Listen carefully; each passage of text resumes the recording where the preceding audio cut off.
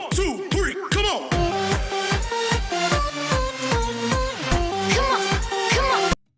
Welcome back, everyone. Style Domin here, and today we have a brand new What If. I actually wasn't planning on making this type of What If ever, but my little brother begged me to make it, so I was like, fine, just tell me what type of idea, and I'll do something with it. When he first told me about it, he's like, dude, I found a What If that you could do. I'm like, okay, tell me. He's like, all dramatically, he goes, what if Naruto went insane? I'm just like, there's so many that are like that. And he's like, well, you have to do it differently. I'm like, I don't even watch that many of those ones. And I'm like, fine, dude. Don't know where to start it from, but fine, dude. So I'm like sitting there thinking of a type of storyline I could go with this and all that type of crap. And I get it through my head. What if he goes insane because he doesn't remember anything? So, I'm going to title this one, What If Naruto Lost His Memories and Went Slightly Insane? Part 0. And let's just go with that. I'm just going to get into the video and see you guys into it. Oh, and before I forget, he told me that my videos are slightly boring because I have no gameplay in the background. So I was like, fine, I'll just record a whole bunch of Minecraft, bro. It's a game I play all the freaking time anyways. After the fight with Sasuke and Naruto, when Sasuke went to go leave the village for Orochimaru's power, Sasuke thinking that he succeeded in killing Naruto, he leaves the area with a Mangekyo Sharingan. And when Kakashi finally arrives to his ninja hounds, as they looked around, they realized that there was nothing there, not even a body to be found. But in the place of the body, there was a pool of blood. As Kakashi panicked, he looked around, trying to find an area so he could have like a better view. When he looked around, all he could see is a battlefield, or a remnants of one.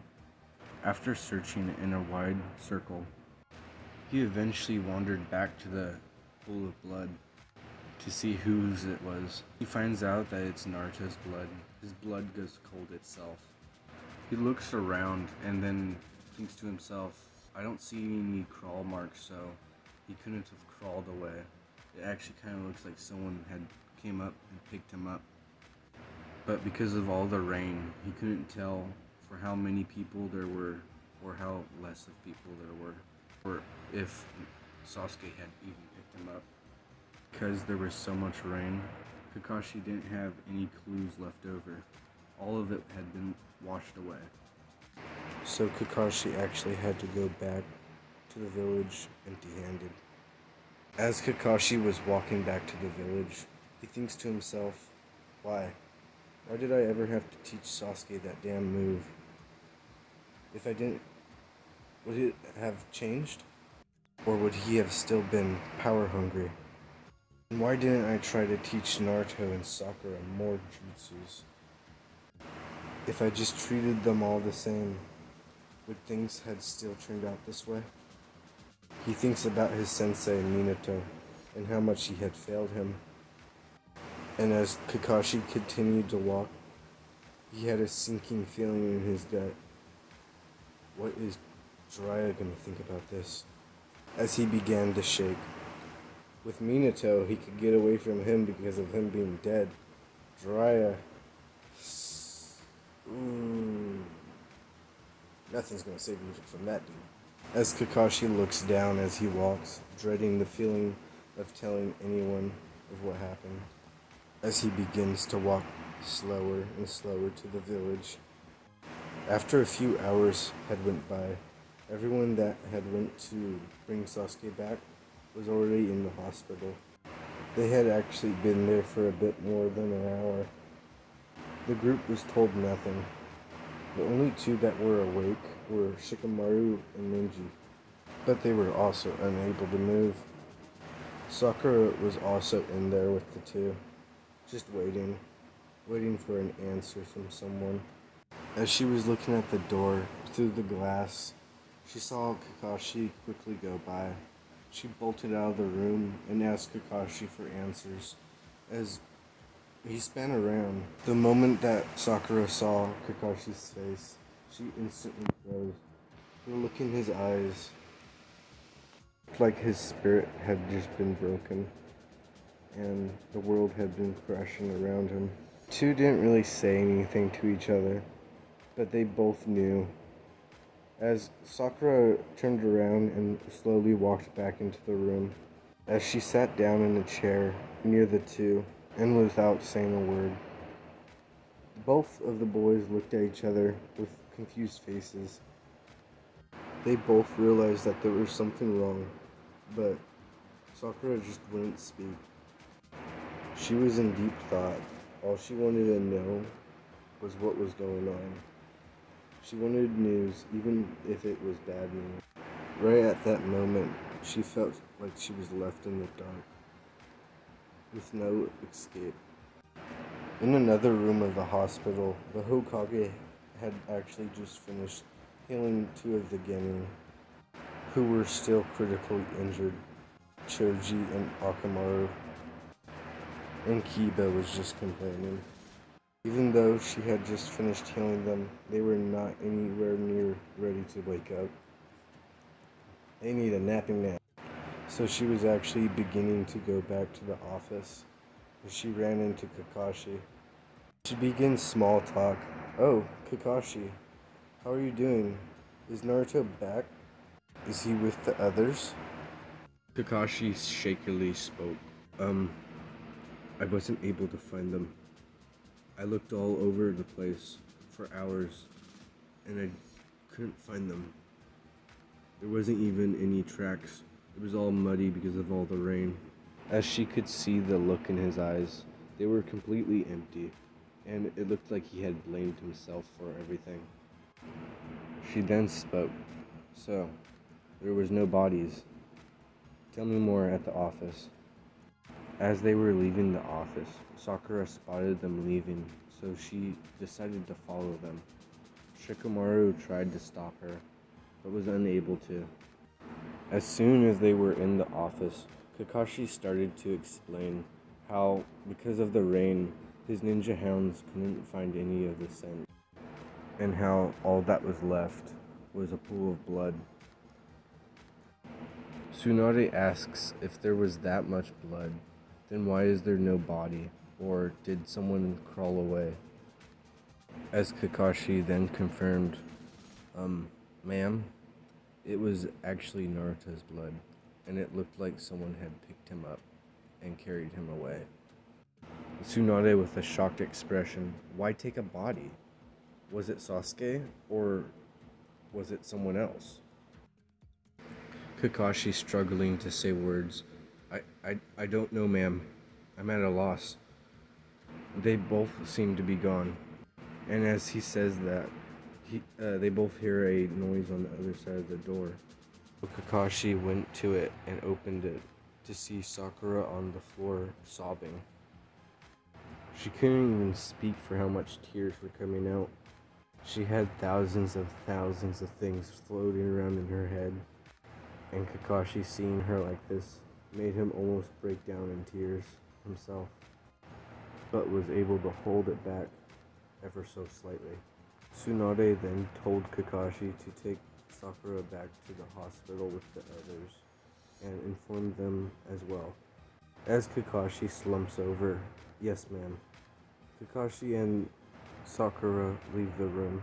Tsunade waited a few seconds to make sure no one was around to hear her break down. She began to cry and even broke the table. After she calmed down a little bit, she thought about Jiraiya. Oh no.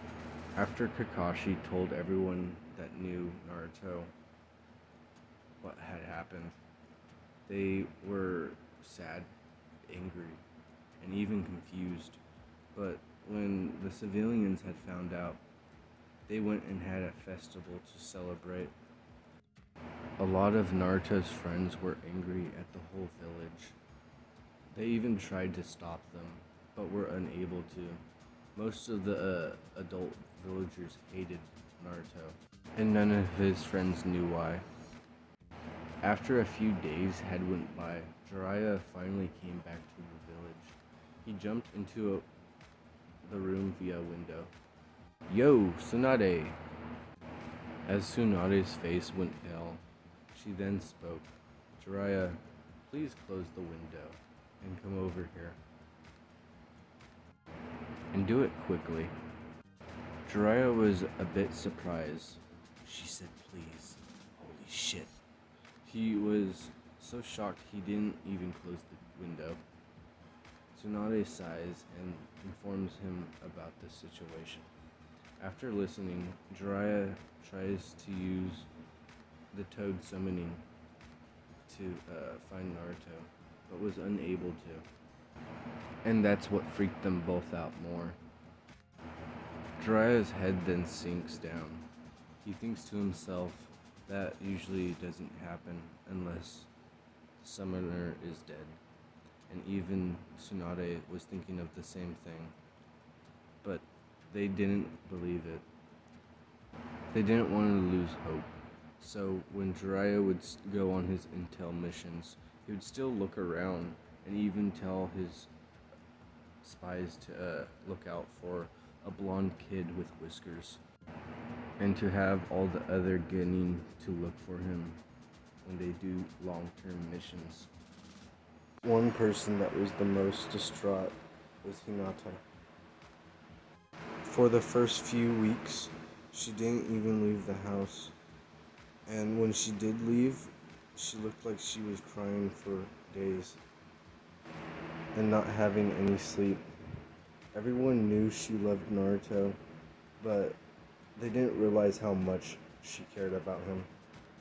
As the village moved forward without Naruto, he was at an unknown location, eating a lot of food that was given to him. He had just woken up, but didn't know where he was or who he was.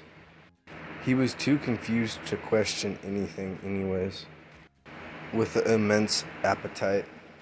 After he was able to stuff his face, he was going to say something, but he couldn't even ask anything. He suddenly fell asleep for some reason. And when he had awoken, he realized that he was actually in a different room.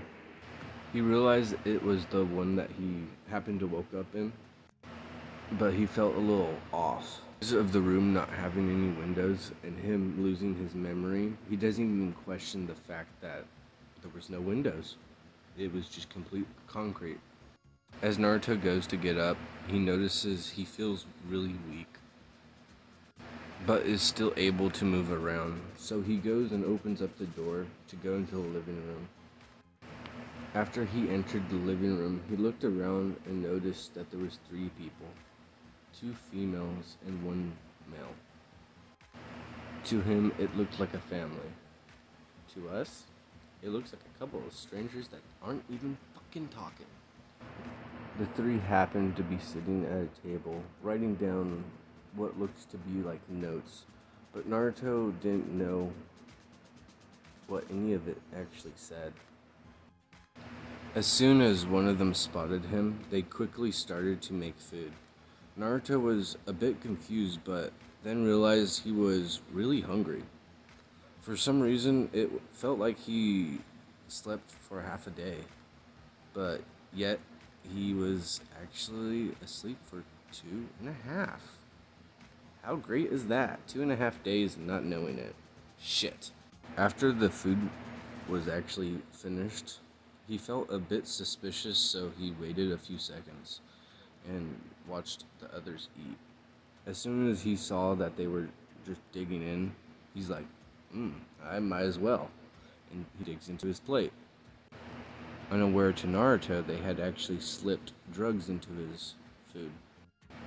As he's eating, he tries to get one of them to talk because he has yet to hear one of them even speak a word. Naruto asks what looks like to be a family. So, where am I exactly? 3 people were completely silent. They didn't say anything. Naruto goes, okay. Who am I? Why don't I remember anything? And still nothing. By that time, Naruto didn't realize he had already finished his bowl. He quickly went unconscious and back up again. After this, it happened almost every single day for 3 months. And he had no choice but to eat the food, otherwise he would die. Every time Naruto woke back up, he felt weird and even checked himself. He would sometimes see either cuts or puncture wounds on his arms. Naruto, not aware of the situation, he didn't realize that he was even grabbed by psychotic doctors. They have been injecting him with different blood from animals and people from different clans, changing his genetic makeup. Naruto's hair color was no longer blonde. It had changed to a dark charcoal look, and his blue eyes were no longer there. The pupil had changed its shape into a black star with a neon blue outline. Even his whiskers had gotten darker, and his teeth jagged. One night, Naruto woke up before the doctors wanted him. But when Naruto went to go open up the door, he realized it was actually locked on him. He eventually walked back to the bed to try to go back to sleep, but he just couldn't. He laid there. A flash of one of his memories came out of nowhere. It was when Sasuke stabbed him right into the gut. Because of him not being able to remember anything else, he doesn't realize that Sasuke and him were actually friends beforehand. As the flash of memories went, Naruto started to uncontrollably yell. He was completely petrified from what he saw. Even though he was making a lot of noise, the doctors didn't hear him because the house had multiple underground layers, and that's where they had stayed. They would also do experiments down there. Naruto was moving frantically. Even though he didn't get much of his memories, he was just overwhelmed and was even knocked out by the stress of it. And in the morning, the doctors failed to realize that Naruto had already woken up last night. Them thinking he was still drugged, they grabbed him for surgery. As they took him down into the lower levels, they finally began to talk to each other as they were heading down. Only time that they actually didn't speak was when Naruto was awake, because it was a test that they were doing.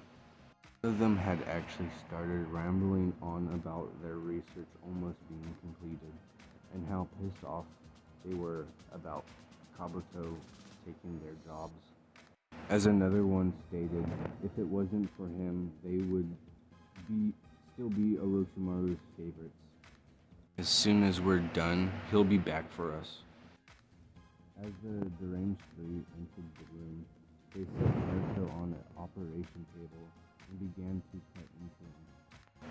Not even 15 minutes go by as Naruto feels immense pain. They didn't even dose him up because they thought he would be out for another 5 hours. As Naruto started to open his eyes, one of the doctors jumped back for a second and ran for a needle. But it was already too late. Naruto was looking down at his chest. It was cut open and the skin was lifted. Naruto was pretty out of it, so he didn't understand what was going on. It took him a few glances before he understood what was actually going on. And when he did, he started to flail about and let out a god-awful noises. He shouts out, "What the hell are you doing? You're trying to kill me!" As Naruto started to get loose from the bindings, as the doctor that was running to go get the needle had came back, Naruto had one arm out and was working on getting the other one out of the bindings. The woman doctor shouted at the man, to hurry up and pin him down so she could inject him with the needle. The moment that the man put his hand on Naruto's arm, Naruto's instincts kicked in. Just as she was about to inject Naruto with the needle, Naruto shoved the big dude to where he got stabbed with the needle instead. As the man slumped over and fell asleep, the other two tried to get him back up, but was unable to. He was already knocked out. Naruto takes the time to get out of the bindings and bolts for the door. He began to run down the hallway. When he got to the end of it, he looked to the right and then to the left. He saw a stairway on the left going upwards. He quickly runs to the stairway. After running up 2 levels, Naruto stopped and looked around. There was no more stairs, but there was a whole bunch of rooms. So he started opening every single one of them to make sure that they weren't exits. When he opens up one of the doors, he realized that it was the fake house that he was staying in. He quickly shakes his head. What the hell is this? I need to get out of here now. As he began to run again. After a while, Naruto finally found the exit, but was quickly met with a rainforest. As Naruto turned around to look back into the facility, he heard loud noises inside of it. And feeling quick dread, Naruto ran straight into the forest without hesitation. After running for a good 30 minutes, Naruto began to slow down to catch a bit of his breath, but kept speed walking. As Naruto was moving in a straight line, he began to think to himself and try to piece things together. What the hell is even going on here? But nothing came to mind. He was actually still traumatized about what he remembered earlier, and then what he had just went through. He was trying to save energy just in case if those 3 came back for him. But unfortunately for Naruto, he kept hearing noises all around him and started to freak him out to where he was running again after a while. As Naruto was running, he began to see light through the trees to an opened up area. When Naruto crossed the tree line, he had completely stopped when his feet had touched sand.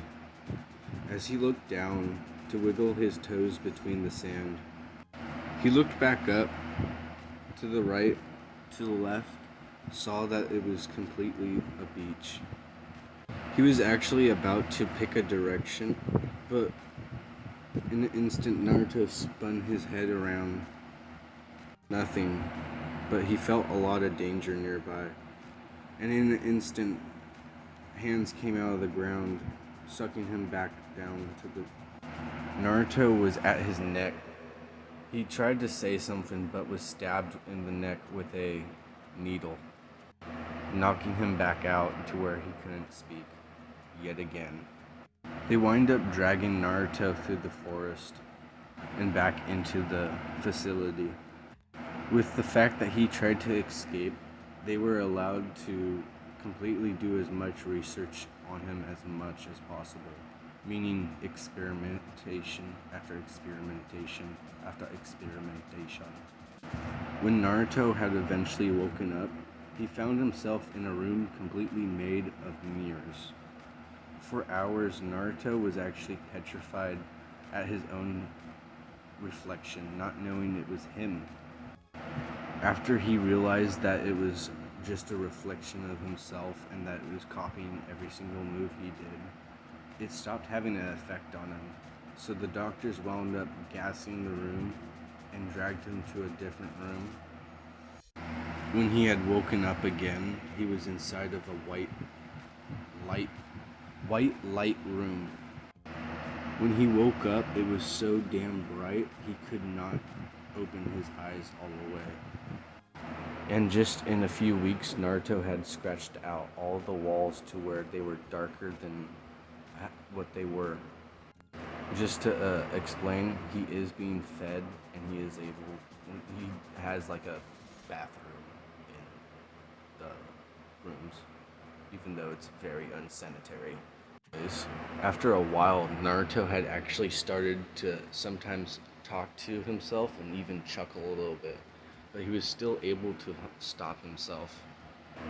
After his reactions started to slow down quite a bit, the doctor started to get irritated and wound up putting Naruto into a completely pitch black room that they would, every half hour, they would turn on the lights in there so he could see for a brief second.